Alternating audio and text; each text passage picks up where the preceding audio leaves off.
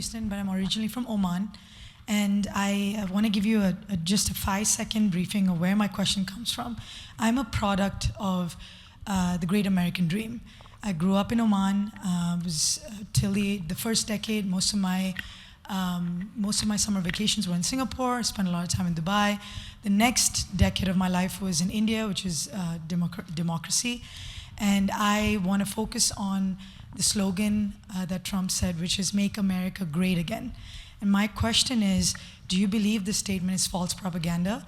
And if you don't think America is great, what would your definition of greatness be? And what do we need to do to become great again? MAGA is a fascinating slogan because it appeals to nostalgia. Make America Great Again means it's not great now, but it was. And if you look at the age structure of the Trump vote, it's skewed towards people with memories of a different era. If one looks back at the America of the 1950s, 60s, 70s, or 80s, and one could really say that the recollection applies to any of those decades, it clearly wasn't as wealthy a society as America today. In fact, if we used the time machine again, and we took a trip back, even to the 1980s, we'd find ourselves quite surprised by how shabby and poor the country seemed by comparison with today. The argument that Trump's critics on the left make is that it's implicitly a racist argument, that what he meant was encoded, "Make America White Again." But I think that's implausible, and here's why. If one looks at the content of Trump's campaign in 2016, there was a good deal of content in it.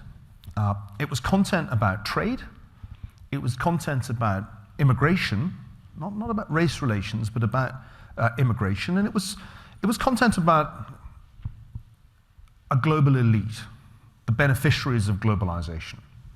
That was the content of Trumpism.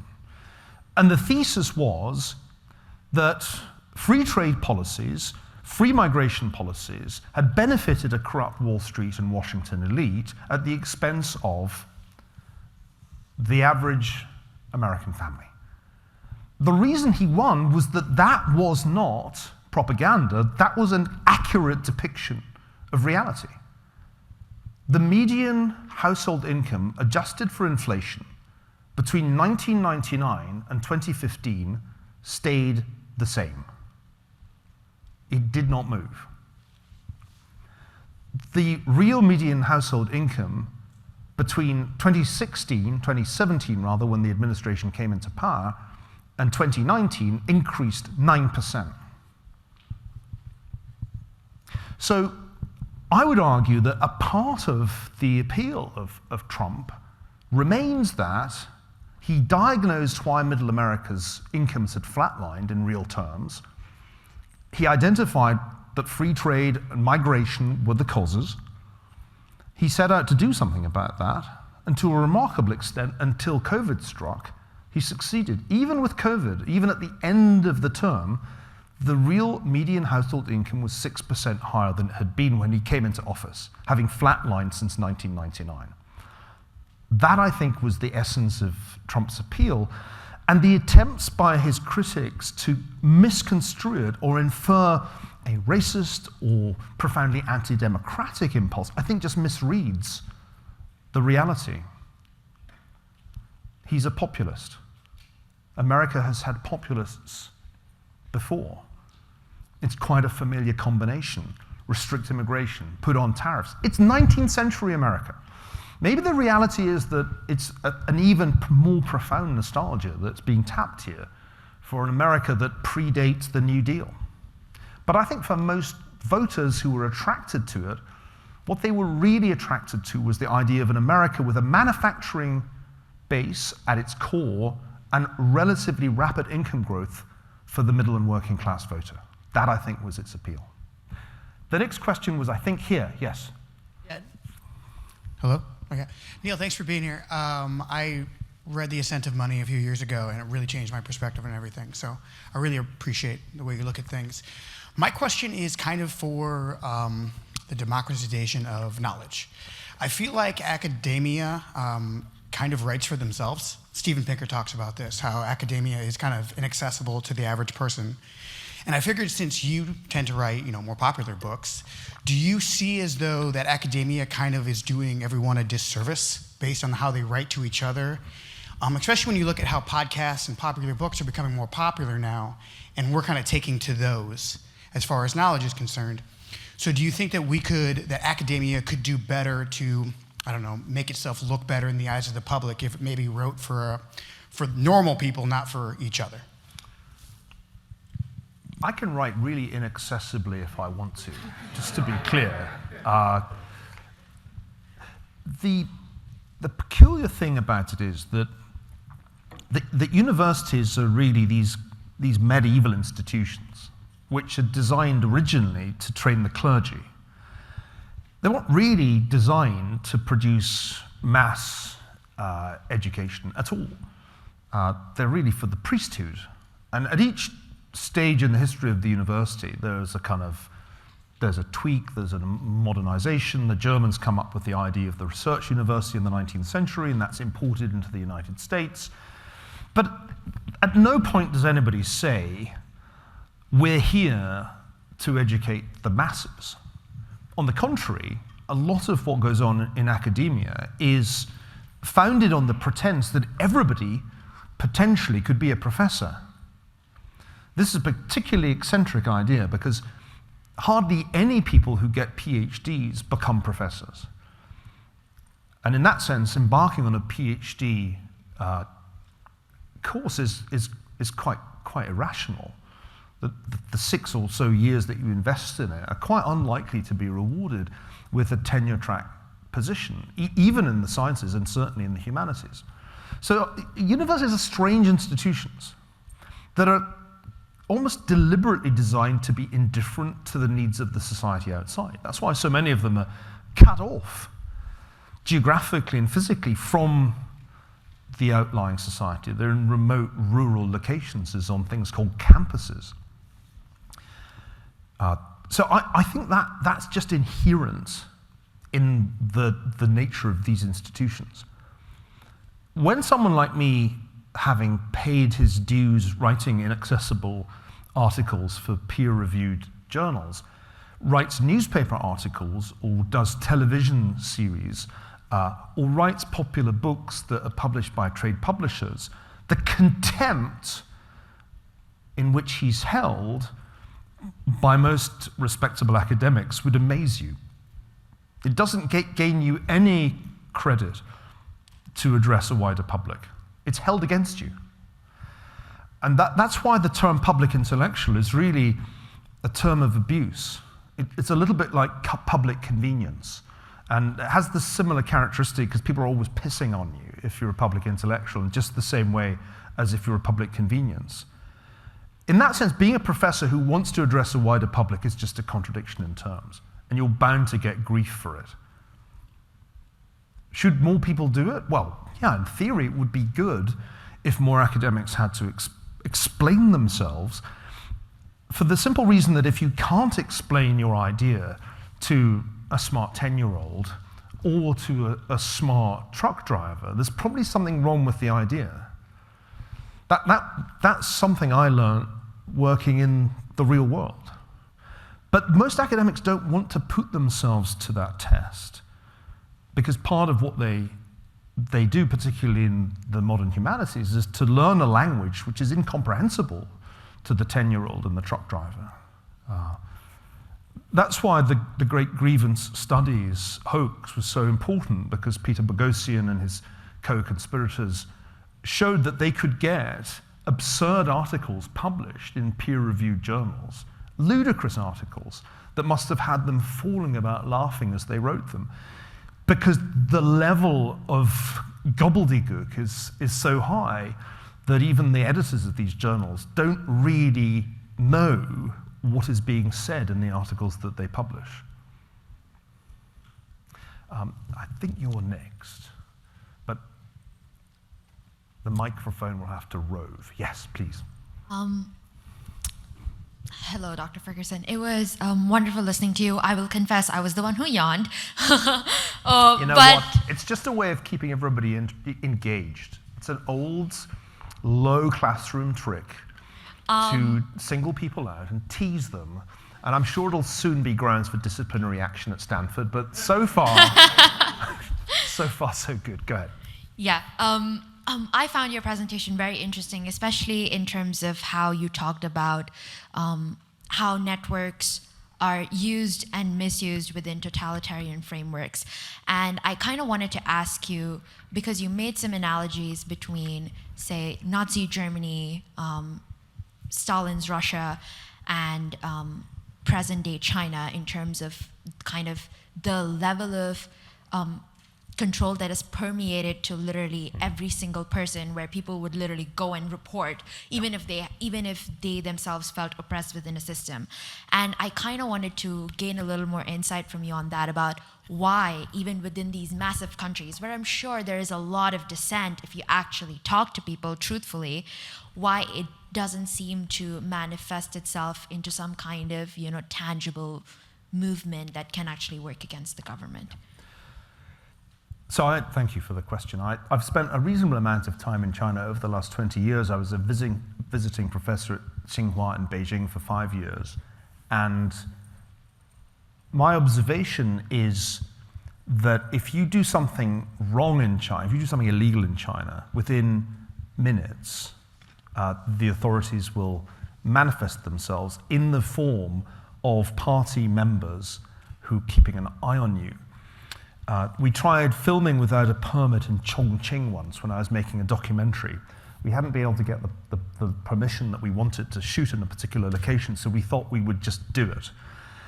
And it was fascinating how little time we had to get the shot before people would appear in plain civilians and tell us we had to stop. The extent of the surveillance is without parallel in history. Even the German Democratic Republic, which had being German, had the highest levels of surveillance in the Cold War era, couldn't match it because it didn't have the technology. But now you have the combination of large platforms, large-scale surveillance of online activity, and the phenomenon of the party person on every apartment block. There is no society that is under greater surveillance. And in that sense, it's the perfect totalitarian system. When people say to me, well, the economy's stalled and youth unemployment's at 20%, won't there be some protest? I say, have you any idea how impossible that would be to organize a protest? We know this from experiments that have been done by researchers in the West. Any collective action that is proposed on social media is immediately clamped down on, even if its purpose is entirely unpolitical. You may have seen recently protests by frustrated depositors at a provincial bank who were lining up protesting that they couldn't get their money out of their wealth management products. And there was a sort of extraordinary charge on these obviously middle-class people by a horde of men in white shirts. So this is a totalitarian regime. We should have no illusions about that.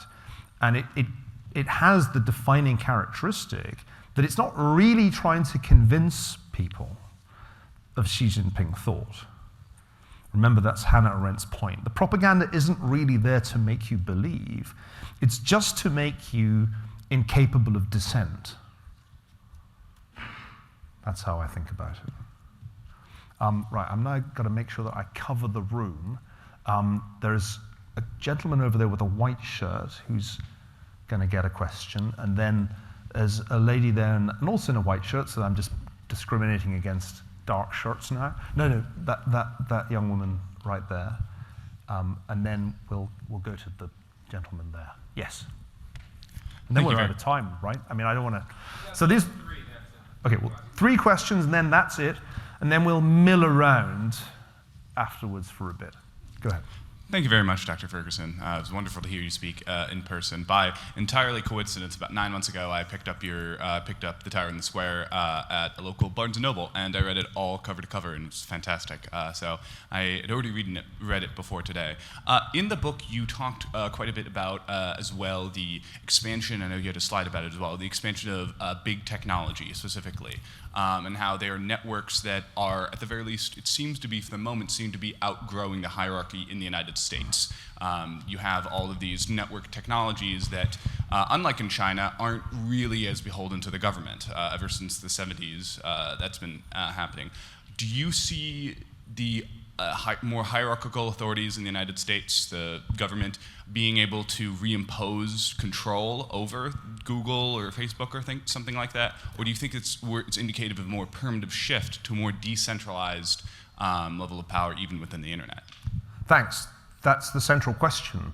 In 2017, at the end of the book, I said there'll be a collision between the Square, the Silicon Valley network platforms, and the Tower, Trump Tower. And it duly happened, culminating in January of 2021, when they deleted him from not only from Twitter, but from all the major platforms. So that I think I got right in the book. The fact that Trump had used Facebook in particular in the 2016 campaign was the unforgivable sin that never was supposed to happen. We're now in a very different place.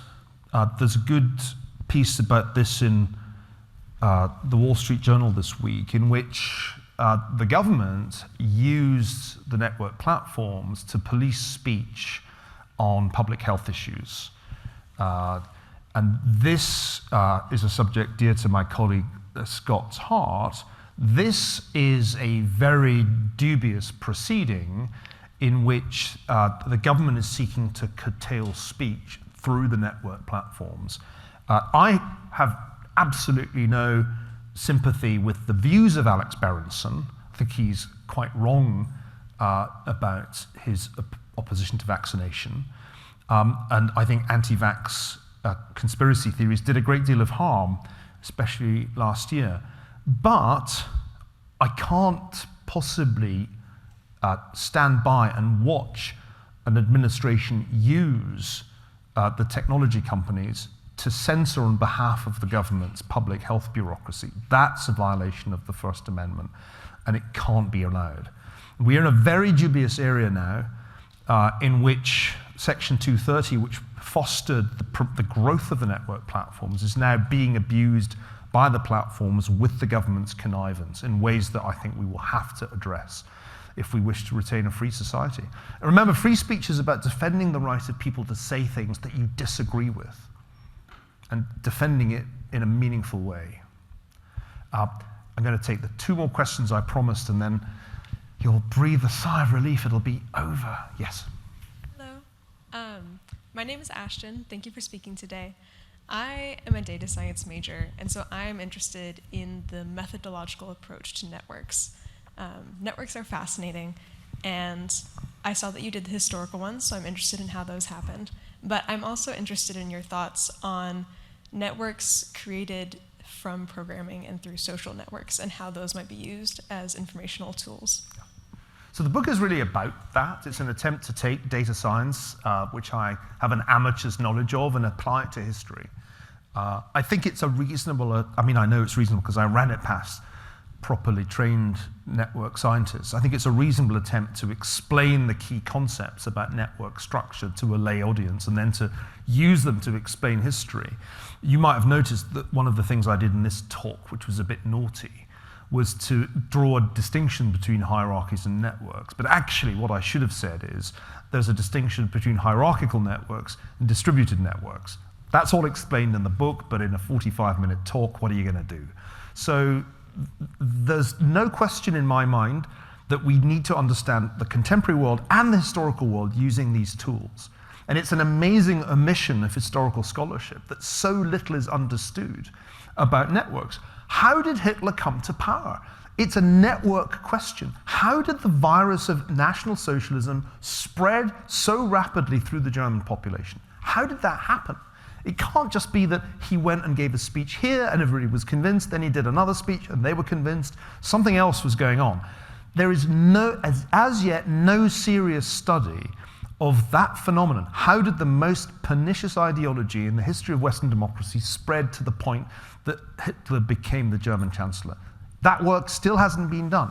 So what I'm saying to the data science people is come and join us in an endeavor to understand how illiberal ideologies spread. Because until we know that, we're as vulnerable to the next crazy ideology as we are to the next pathogen, the next pandemic. And last but by no means least, Gabriel. Hi, yes, my name is Gabriel. It's an honor to be in attendance at this wonderful talk. Thank you. I wanted to ask you about, you talked about how the history of the United States and the Western world contained similarities and parallels with some of these totalitarian regimes. And my interpretation of that is has been that the United States has had mixed aspects of freedom and democracy versus collectivism. And I was wondering if you shared that interpretation or if you had other views of some of the parallels in how the United States in the past and even in the present has resembled and does resemble totalitarian regimes. This is a good note on which to end. If we're to talk seriously about the history of the United States, we have to understand what's good about it and also what's been bad about it. You can't possibly be nostalgic for the 1950s, forgetting that it was a time of segregation and systematic racial discrimination. What seems to me important about the history of the United States is that it's an experiment in Republican government in which there is loyalty to the Constitution and citizenship is ultimately available to all. It isn't defined by religion or by ethnicity or anything of that sort. And this is what's extremely interesting about it. There are other things about it which are not admirable, but they're not that exceptional. The least interesting feature of Britain's American colonies in many ways was that some of them had slavery. Slavery was the standard form of labor organization in much of the world in the 17th and 18th centuries. It's a great mistake to think of slavery as something very specific to the United States. That's not right. It's actually really a very widespread system of organization, nor is it peculiar to the Americas. So I think much of the debate that goes on about American history, which one can associate, for example, with the 1619 Project, consists of exaggerating the importance of relatively commonplace things and underestimating the importance of those things which were unique. And we need to study both, but we have to get a sense of what's distinctive, what's novel. And what is clearly novel is what they attempt at the founding, which is to design a constitutional order based on Enlightenment ideas and applying history, applying the history of why previous republics had failed, and arriving at a solution which has proved remarkably dynamic, capable of adaptation, capable of addressing the problems of racial inequality that were there right at the beginning. This project isn't over. Let me conclude with the final observation. Could it go wrong? Yes, absolutely it could go wrong. The history of every republic that's ever existed is a history of it going wrong. But it won't go wrong in the way that so many public intellectuals have been arguing. Tim Snyder's one of many I could have chosen. It's highly unlikely to go wrong in the direction of totalitarianism, whether of Gilead or the Third Reich. I can see it going wrong in this sort of direction of civil strife. I can see it going wrong in the direction of dysfunctional government. I can see it going wrong in a whole range of ways. But the one way that people keep going on about, that somehow we're reverting to 1930s Germany, or Iran in the post-1979 era, that just seems to me fantastically unlikely. And that's the point of what I had to say today. Thank you all very much indeed.